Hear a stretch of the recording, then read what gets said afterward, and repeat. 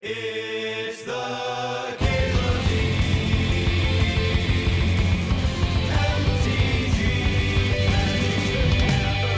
Show.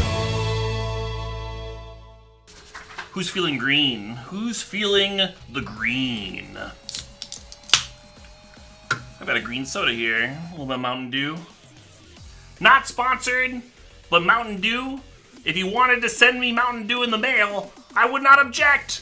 I would even speak favorably of your beverage. Alright, Augur of Autumn. 1 green, creature, human druid. You may look at the top card of your library at any time. You may play lands for the top of your library. 2/3. And then Coven, when you control 3 or more creatures with different powers, you may cast creature spells from the top of your library. So the body and abilities are less good against aggro than Courser. Than Courser Crewfix was. Hey, Dagger Scale, thanks for the soft exertion in that prime. The benefit is that you can, cast creatures too, if you have Coven. Which I think is going to be hard to rely on in Constructed. I think this card was costed for Constructed play. But I'm not sure how consistently you can have Coven with your opponent playing like sweepers and spot removal and stuff. That said, value's value. Obviously, this card's great and limited. We don't really have to talk about it there. But I'm trying to decide exactly how excited I am to play this in Constructed. I think it's a worse card than Courser. But Courser saw a ton of Constructed play. I think it's a little bit better than the, what was it, a 4-mana 3/4 that let you play creatures off the top of your library? I think it's better than that card. Both by nature of, like, costing less and potentially doing both. And playing lands off the top of your library is probably better than playing creatures off the top of your library. Comparison to Oracle? Well, I mean, Courser is much worse than Oracle, so if I'm saying this card is worse than Courser. Oracle's so good, so explosive. The only time that Oracle is worse than Courser is if you're facing aggro specifically.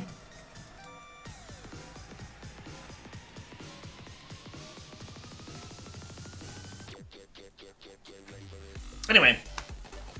Yeah, you might have to play with it. You might have to play with it just to know how like easy it is to have Coven handy and how good that is. But I imagine this will see some play, but it won't be like as played as Courser was. Maybe it won't be in the realm of like a staple.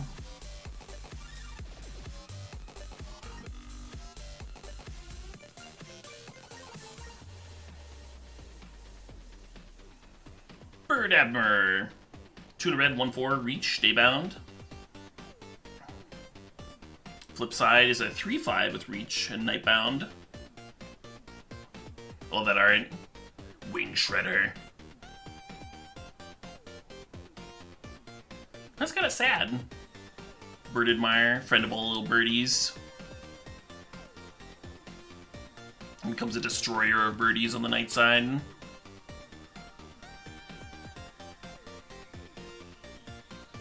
Anyway, this card's fine. If you need a spider, right? If you need a blocker for those flyers, you got something. Bounding Wolf. Oh, what a good boy. All this snarling in a bat, too. It's perfect. 2 in a green, flash, reach. 3/2. Yeah, this card's fine. A 3/2 body, like you're trading with most things. But reach is relevant in this format for sure. I think I like the art more than I like the card by a lot. Bramble Armor. 1 in a green, artifact equipment. Manages battlefield, attach it to target creature you control. Equipped creature gets +2/+1. And then you can equip for 4. Yeah, this card's fine. We've seen really similar cards. Recently. The ones that like attach automatically, but then have like steep equip costs. I think it's an interesting way to balance equipment. This one's not bad. It's no trusty machete, but it's playable. Fillerish. Briarbridge Tracker, 2 and a green. Creature, human scout, vigilance. When it enters the battlefield, investigate. And as long as you control a token, it gets +2/+0. So it will naturally be a 3 mana 4/3 with vigilance if you don't crack your clue. Which are pretty good stats. They're not like unbeatable stats or anything like that. But you're probably just like not passing this in limited if you're in the color. It's not a reason to like jump colors in limited or anything. It's not like a huge bomb, but a green creature that like comes with that value is gonna be better than any like removal spell you open, right? Cool card. It's no tireless tracker. Most cards are into tireless tracker though.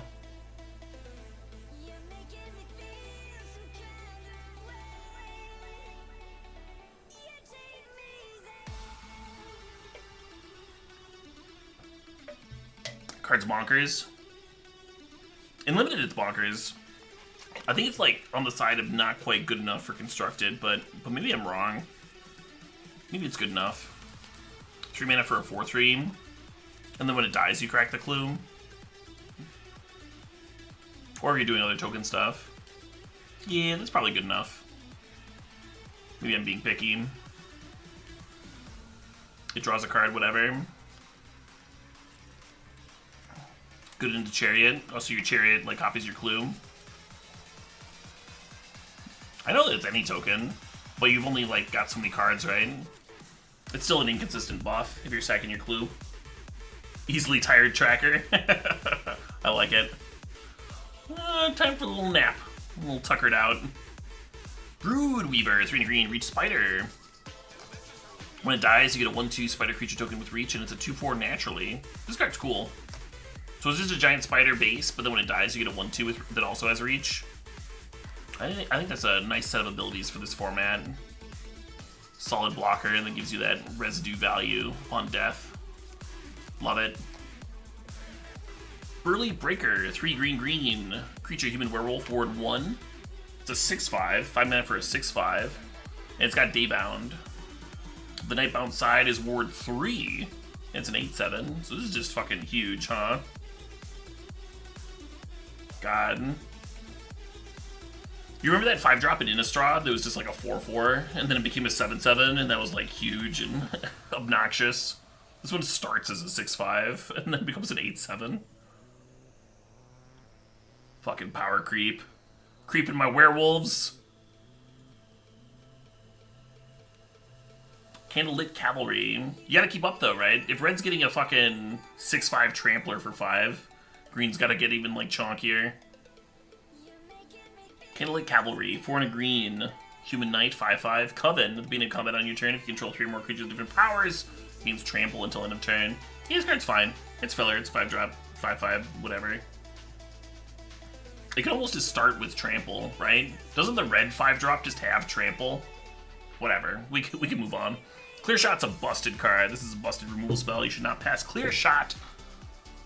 2 and a green, target creature you control gets +1/+1 until end of turn, deals combat damage equal to its power to target creature you don't control. And this is an instant. So you can respond to your opponent's fight spells or removal or whatever. Just blow out combat. It's crazy how often the +1/+1 comes up that lets you like win combat with one creature while you kill another creature. Shit like that. It's not fight, you know. It deals damage equal to its power. You don't pass that thing. Consuming Blob, 3 green, creature ooze. Its power is equal to the number of card types among cards in your graveyard. And its toughness is equal to that number +1. So this is like a 5 mana Tarmogoyf, but it's an ooze, so it'll probably make more Goyfs. At the end of your end step, create a green ooze creature token with this creature's power is equal to... Oh, it's just the same thing? It just copies itself on your end step. Only your yard. Oh, okay, so it's not Tarmogoyf. But you do get extra copies. Tarmo Jelly. Yeah, so it's not going to combine with cards like Thoughtseize or whatever to grow it. It's only going to be yours. So it's probably going to be just be like a shitty 3-4 or something. 3-4 or 2-3. The usability is cool though. And it'll still be a bomb and limited, even if it's just doing that. 2 half-coifs make a hole. Yeah. Which should cost 4 mana then. Card does seem fun, you're not wrong. Tarmogoose. Yeah. Yeah, so not a constructed playable card, but Ooze effects are usually really good and limited. Just keep getting more and more value. Contortionist Troop. X green. Creature human enters the battlefield with X 1/1 counters. Then at your end step, if you control 3 or more creatures with different powers, put a 1/1 counter on target creature you control. So this is just Ivy Elemental with value. And Ivy Elemental is a good card, so this is also a good card. This is a good card with value. The Coven ability thrown onto, yeah, sweet. Dawnheart Mentor, 2 and a green, creature human warlock. Enters the battlefield, create a 1/1 white human creature token. Coven, 6 mana, target creature you control gets +1/+3 and gains trample until end of turn. Activate only if you control 3 or more creatures with different power. Human warlock. So 3 mana for an 0/4. And his battlefield, you get a 1/1. What an interesting set of abilities. I guess it's giving you 2/3 of the Coven all by its lonesome, right? So you just play like a bear into this, you already have Coven.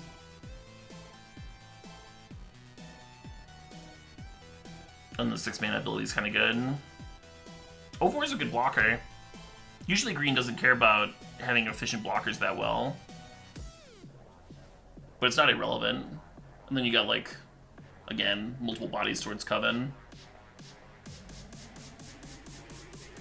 Yeah, the 0 power is actually useful for the Coven ability. If you're building around that.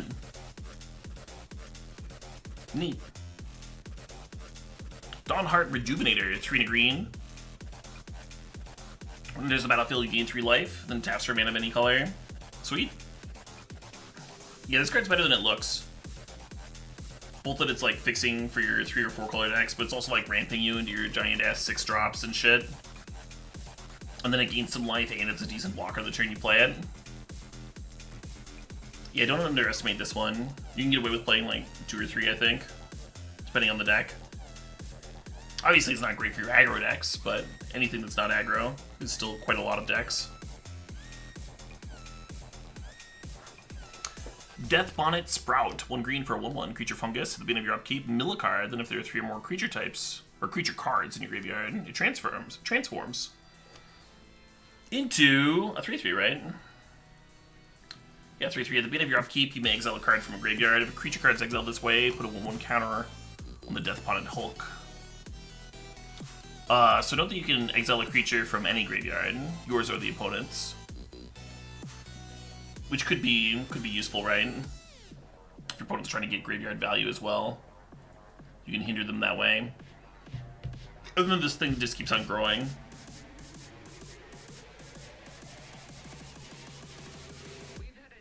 Yeah, I think this card's good. Obviously, it doesn't have a lot of like early game value. But some decks are going to want to self-mill. A lot of games, this card's just going to like flip fairly early, just because you're going to draw it after some creatures have already traded and stuff. Which means it's a 1-drop that scales pretty well. Flavor Text Win, they grow up so fast. Yeah, it's pretty good. I don't think this card's quite good enough for Constructed. But I do like it in Limited. Draft or Sealed. You have a list for it in Historic? Cool.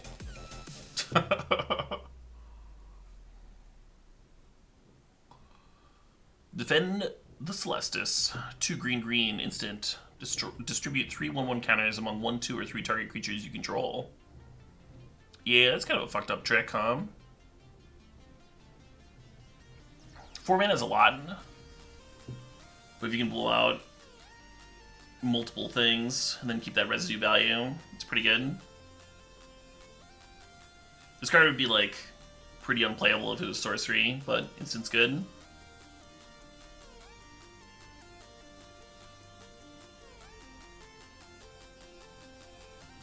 Dryad's Revival, 2 and a green, sorcery. Return target card from your graveyard to your hand, and you can flashback.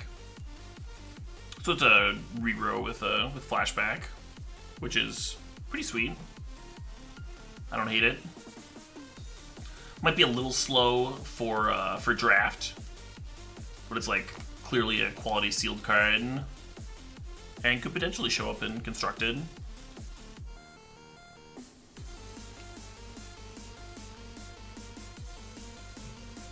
Duel for Dominance. 1 and a green instant.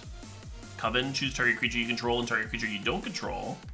If you control 3 or more creatures with different powers, put a 1/1 counter on the chosen creature you control, then the chosen creatures fight each other. So this is a spell that does nothing if you don't have Coven.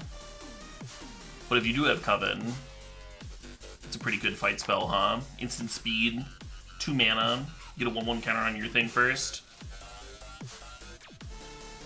Oh, they still fight even if you don't have Coven? Fair enough. It just says Coven to start with, which makes me think that you need to have Coven before it does anything, but I guess I'm wrong.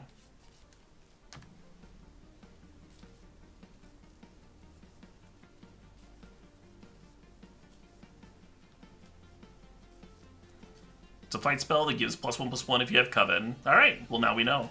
This is why we did a set review, right? I definitely would have fucking fucked that up first time playing it.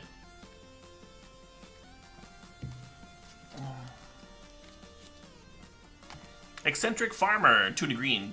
Creature, human peasant, 2/3. When it enters the battlefield, mill 3 cards. Then you may return a lane card from your graveyard to your hand. Interesting. So, playing this just to, like, hope to get a land seems really miserable. But playing this in a deck that, like, actively wants to self-mill seems really good. If you have, like, flashback cards, that sort of thing. If you have other things that care about your graveyard. If you have fucking Death Bonnet Sprouts. And that seems quite nice indeed.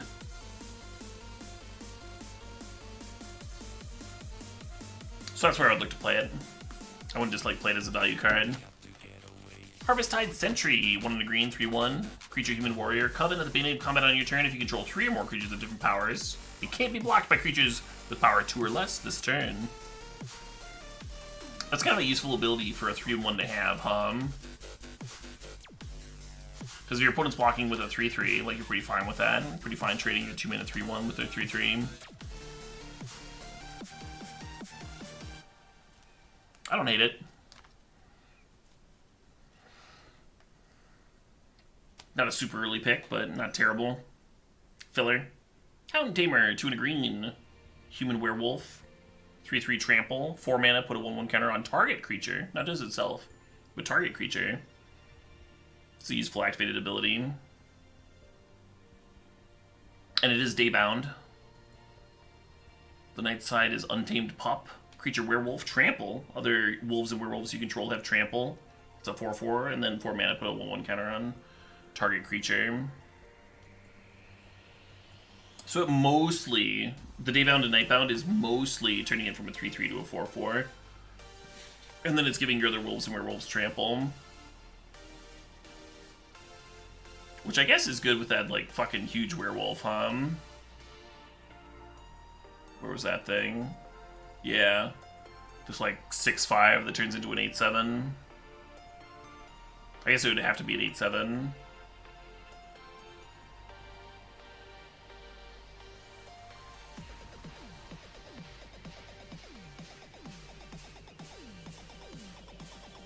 And the activated ability does give you something to do while you're flipping it tonight. That's true. Howl of the Hunt. 2 and a green, flash enchant creature. When enters the battlefield, if enchanted creature is a wolf or werewolf, untap it. I think it's +2/+2 and has vigilance. And it's an aura with flash. So this is sweet. It's a little combat trick. Flash +2/+2. 3 mana for a flash +2/+2 would like already be a fine limited combat trick. But being able to untap a wolf or werewolf is sicko, because it means that you can attack with your thing, not play a spell, flip it, and then when your opponent attacks, you're like, wah, gotcha. Howl of the Hunt, untap my thing, eat your creature, and then get in. Pretty awesome little ability. Also note that this blows the fuck out of, don't forget about the untap working against tap removal. Blue has a enchantment that keeps a creature tapped. So this thing would untap, if they play that at a wolf or werewolf, and you have this card, you get to like untap it, and then this also gets vigilance, so you just like don't care about that card at all.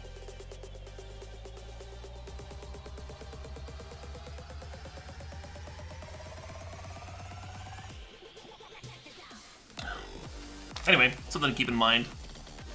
Next card, Might of the Old Ways. 1 in a green instant. Target creature gives +2/+2 until end of turn. Coven.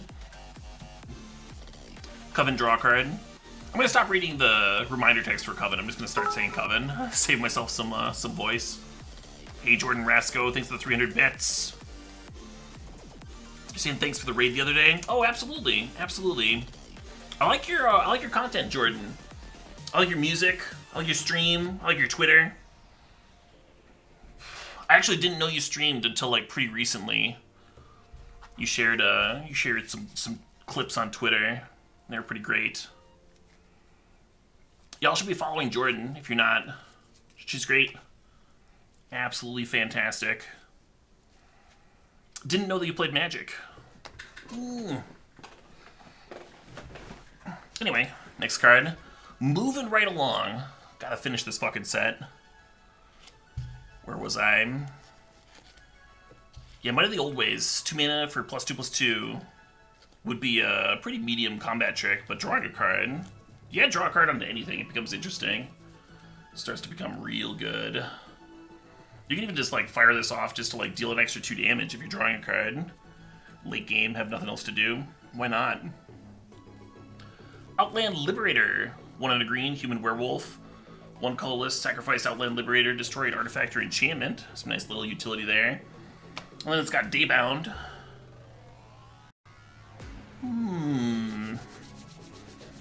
The Nightbound side also has the sack to destroy an artifact or enchantment. And then when it attacks, it can destroy an artifact or enchantment. This is a very single-minded werewolf.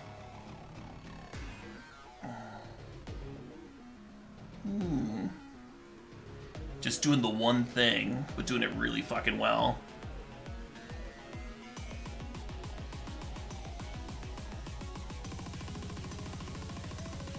Borderline interesting for constructed, just from the utility, just from being able to destroy artifacts and enchantments. Maybe a sideboard card. Maybe. Alright, Path to the Festival. 2 in a green, sorcery. Search your library for a basic land card. Put that card on the battlefield tapped, then shuffle. Then if there are 3 more basic land types among cards you control, scry 1. That's kind of hot. That's exciting to me. It's no cultivate, but it's exciting. It's got flashback. Flashback's not like amazing with this sort of card, but it does curve into itself, right? Like turn 3, you cast Path, now you're up to 4 lands. And then turn 5, you play your land drop, you can flash it back.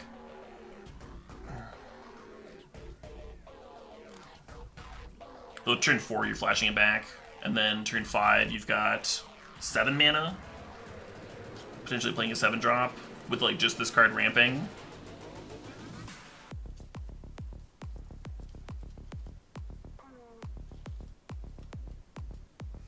Jordan says it's been a little under the radar. The only performance avenue they had ever they went into lockdown. That was pretty much all they do.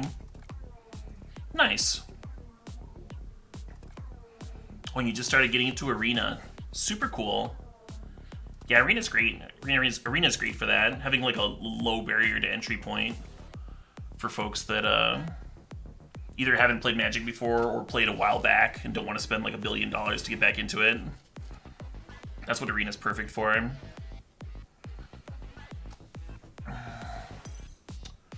Anyway, where was I? Path to the Festival. Yeah, it's no cultivate. But it's definitely got its upsides. Getting that scry in there is good. And getting to double ramp. Cultivate only ramps you the one time. A lot less costly. It's not taking. You're not taking like 2 turns to cultivate.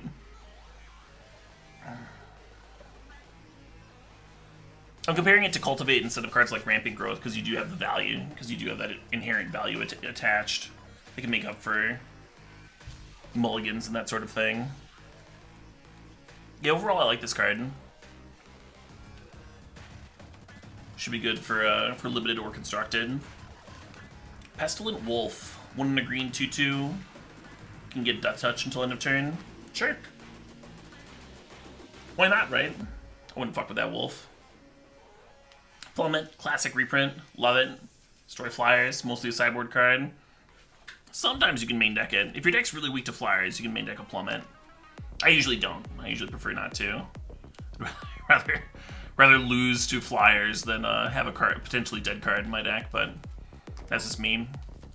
Primal Adversary, 2 and a green for a 4/3 creature wolf, trample, enters the battlefield. You can pay 1 and a green any number of times. You pay this cost 1 or more times, put that many 1/1 counters on Primal Adversary. Then up to that many target lands you control become 3/3 wolf creatures with haste that are still lands. It doesn't untap them. It doesn't untap the lands. If you're like tapping out for this, you're not going to get to attack with those lands, right? But I guess if you play this for, if you have like 6 mana in play, you can play this and attack with a wolf. The stats on this are like really good, right? 3 mana for a 4/3 trample already. And then if you pay 5 mana, you get a 5/4 and a 3/3. Right, you get to keep them, yeah.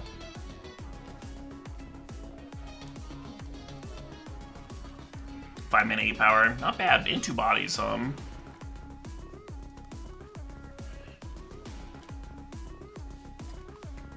Yeah, I'm into it. I'm into it.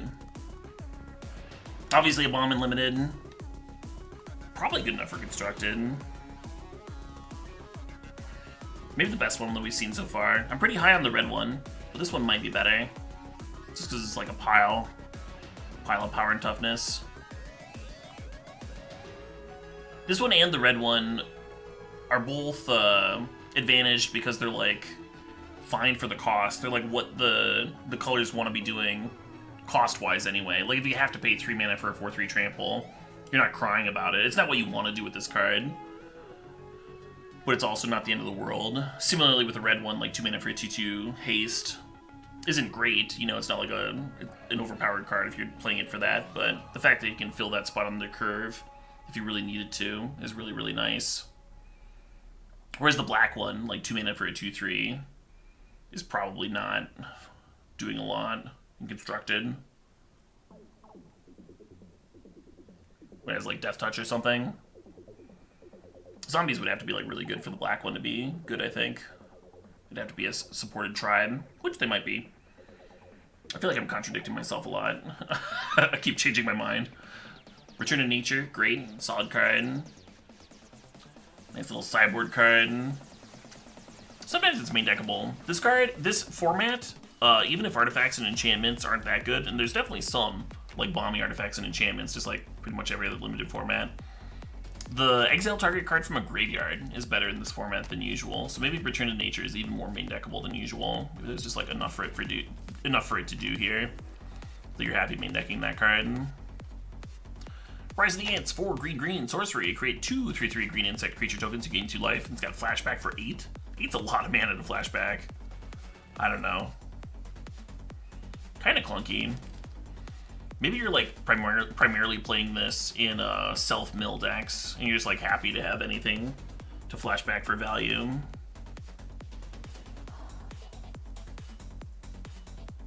A lot of bodies. Yeah, I mean 4 3/3s is a lot of 3/3s. I'm not gonna deny that. You do gain 2 life, yes.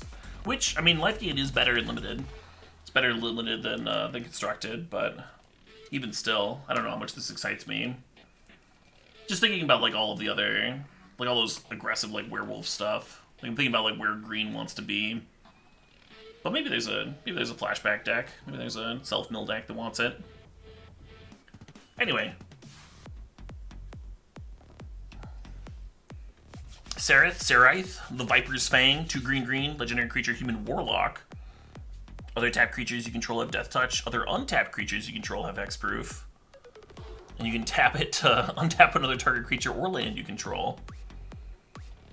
So you're spending 1 mana on this, so untapping a land isn't going to be super good, but you can use it to fix. Like, say you only have 1 swamp and you want to play a card that costs double black. You can float the black mana and then use like a green mana to untap it and get to 2 that way. Or if you're untapping a utility land, there could be some use there. But for the most part, you're using this ability to untap a creature and give it hexproof in response to removal. It seems like a really obnoxious card to play against. Like, super obnoxious. Hexproof is an obnoxious fucking ability. And your creatures attack with Death Touch. That's not like nothing too. Especially in a format with all these fucking all those zombies, right? All those zombies with decay that blue and black cards are spitting out. If they're attacking with Death Touch, if the opponent's got like a bunch of blockers, like they can't even block, they just have to take the damage.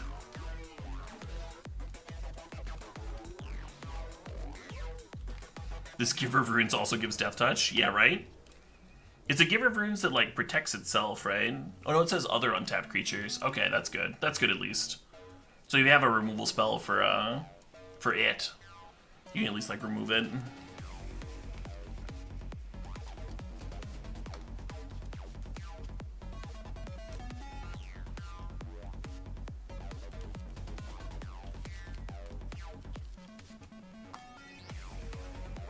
Yeah, it's Giver, it's not Mom. Yeah, can you imagine if it didn't say other? If it just said untapped creatures you control have hexproof? I think that's how I read it in my brain at first. But it's a lot worse than that, fortunately. Fortunately. Still a good card, but, you know, not a constructed card.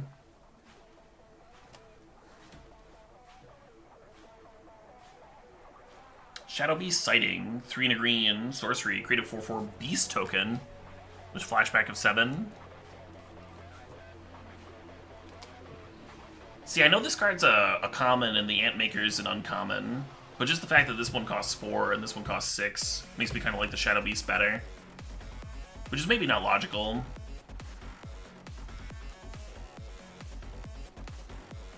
They're both probably fine cards.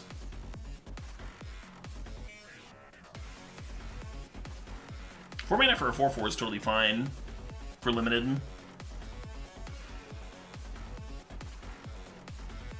Shalai was pretty good. Are you saying that like the other stuff you have has hexproof aspect of it for Sereth?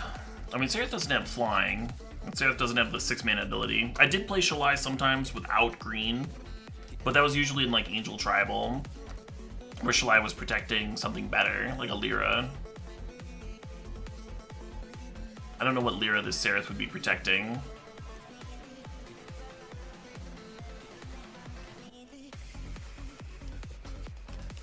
You know what I mean? You're right that Shalai was quite good in Standard, but I think this card is like worse enough that I don't think it's going to be a constructed card. I could be wrong. I could certainly be underestimating it.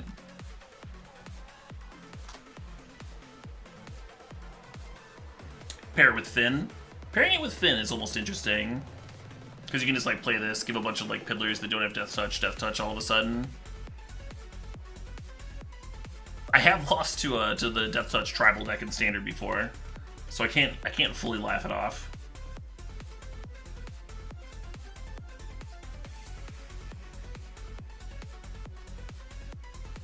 Yeah, fair enough. Maybe there's something there. I'm not confident enough to say that it'll like definitely see play or definitely be good enough. Usually I hedge towards pessimism,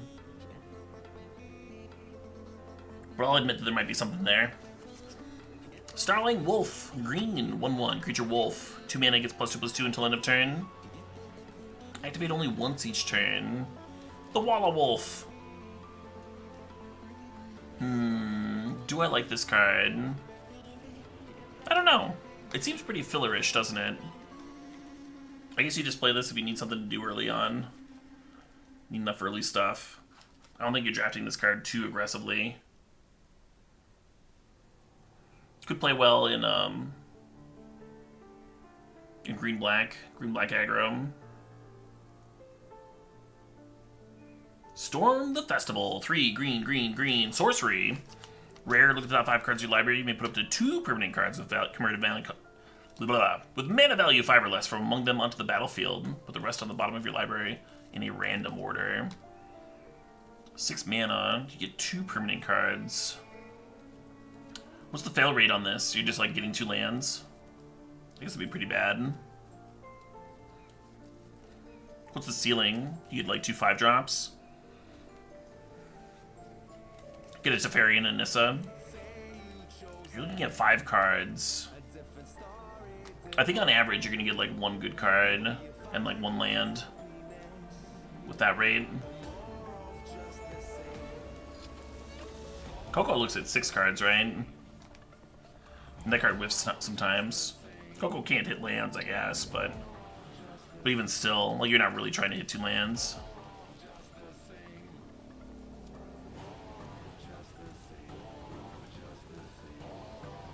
Even with Flashback, I'm not sure how interesting this card actually is.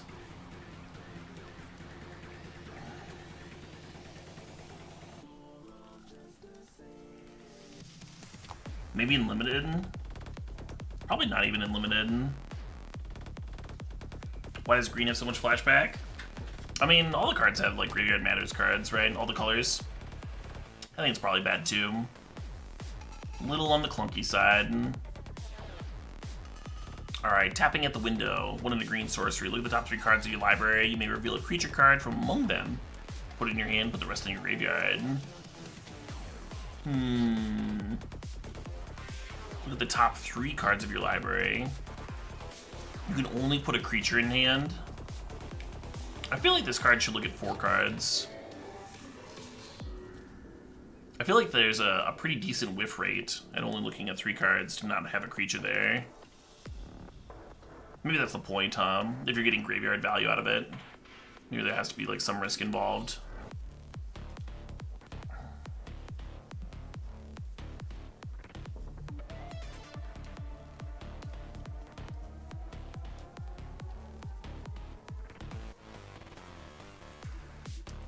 You think it seems fine? I don't know.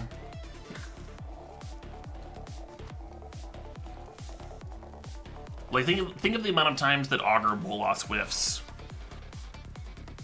Think of the amount of times that Augur Bolas whiffs, and tapping at the window is going to do something similar. It has Flashback, but you're also not getting a body attached. I think you almost have to just be playing this in a Graveyard Matters deck. I don't think you can just like play this as filtering.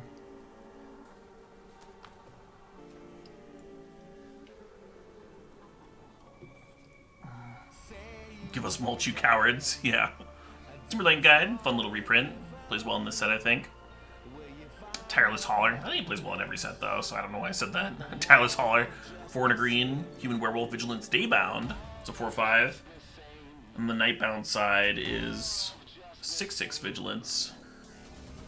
Yeah, just another big old chonker, Filler is as filler does. Tavalar's Huntmaster. Well, this one seems juicy. 6 mana for a 6/6. Enters the battlefield, you get 2/2 green wolf creature tokens. Very Grave Titan-esque style value, and it's daybound. The Nightbound side is it enters the battlefield or attacks, you get 2/2 green wolf tokens. And then 4 mana, another target wolf or werewolf you control fights target creature you don't control. So it can't fight itself, it says another target wolf or werewolf you control. But it's still cool, it's still a cool ability. And yeah, you get to be a 7/7, and it has the Grave Titan attacks ability. Yeah, this card's great. I mean, Grave Titan was great. It doesn't have Death Touch, but the Death Touch on Grave Titan wasn't that relevant.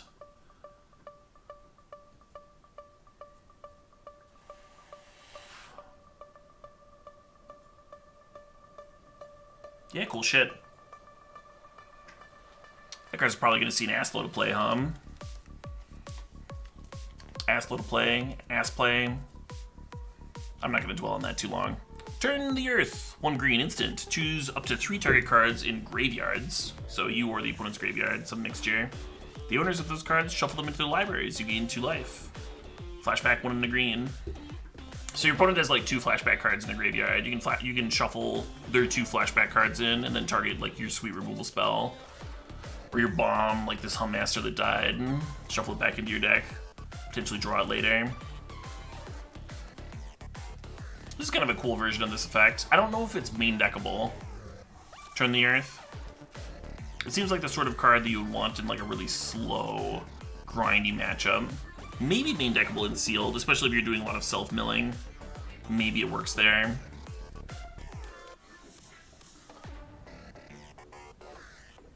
Worth trying out, maybe.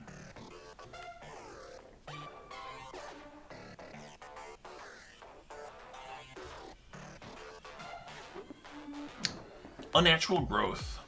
1 quad green. 5 mana enchantment. Very green heavy. At the beginning of each combat, double the power and toughness of each creature you control until end of turn. Holy shit.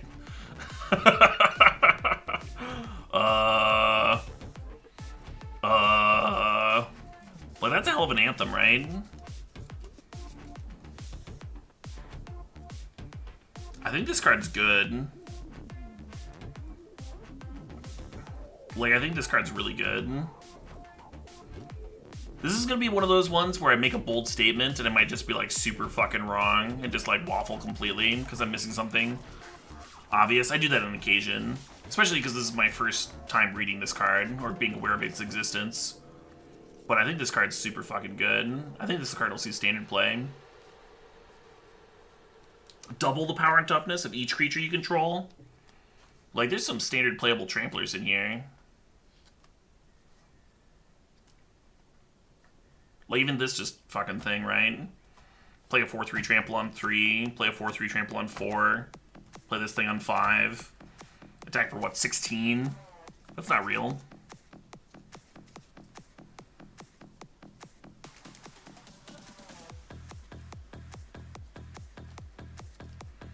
Yeah, that's right. That's just that one combat, right?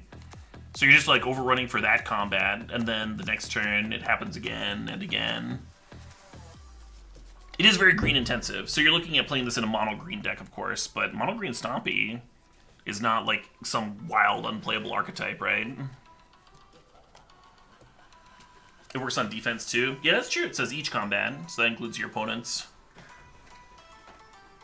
Neat.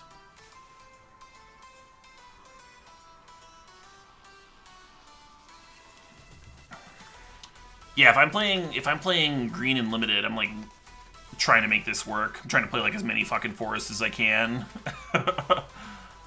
As many green sources as possible so I can play this card. I mean, if you have some mana dorks, it's not that crazy. If you have a bit of fixing, it's not that crazy at all. Get a 4 green. You don't have to play it on turn 5, right, in limited. It's still gonna come down and do its sweet, sweet bit of business.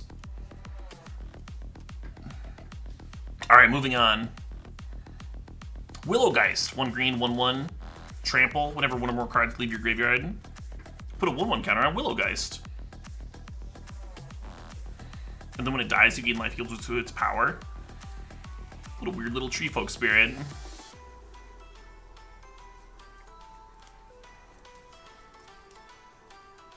It pairs with Scavenging Ooze really well. Grow the Ooze and grow the Geist at the same time. If you can remove your cards one at a time. I guess the, what was it? That stupid little mushroom thing. I shouldn't call it stupid. This thing's fucking adorable. The Death Bonnet Sprout already kind of does that. They're both like really efficient cards. Yeah, I don't know how much I like this card. It's got Spirit. Yeah, it does have Spirit. It's a really interesting set of abilities. Whenever one or more cards leave your graveyard, put a 1/1 counter on Willow Geist.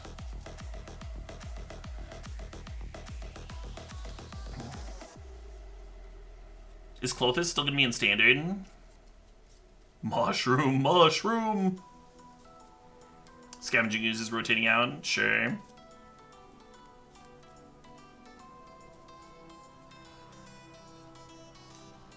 It's not a non-bow with Delve. It just pumps it only the one time, though. Anyway, interesting card. If Wrenn 6 is so good, why isn't there a... Oh, wait, there is.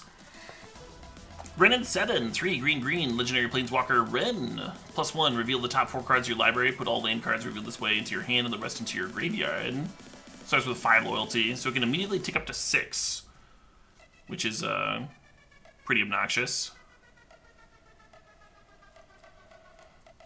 And then 0, put any number of lane cards from your hand onto the battlefield tapped.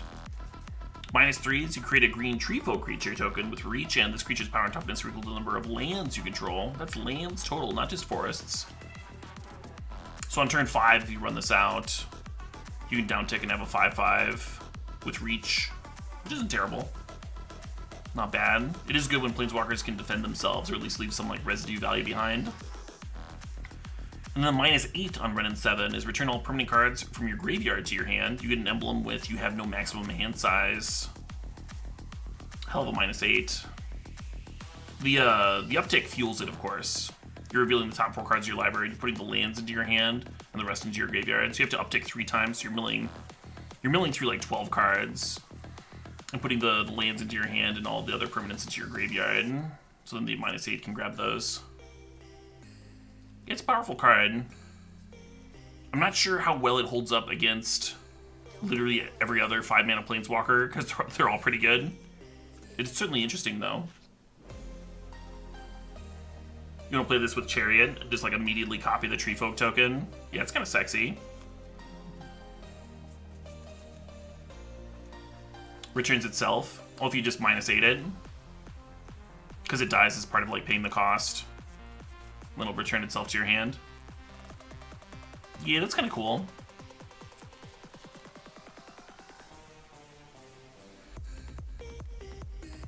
Yeah, it's not just a 5/5 too, right? It grows every time you play lands and it gets more lands. That is pretty good. Alrighty, folks. Here we are, done with green. We're at the end of another section, so I'm going to take my break to give my voice a little bit of a breather. Go grab myself another sody pop. Then when I come back, we'll handle gold, and depending on how many gold cards there are, I might be able to hammer out all the colorless, the lands, and the artifacts as well. We'll see how large the sections are.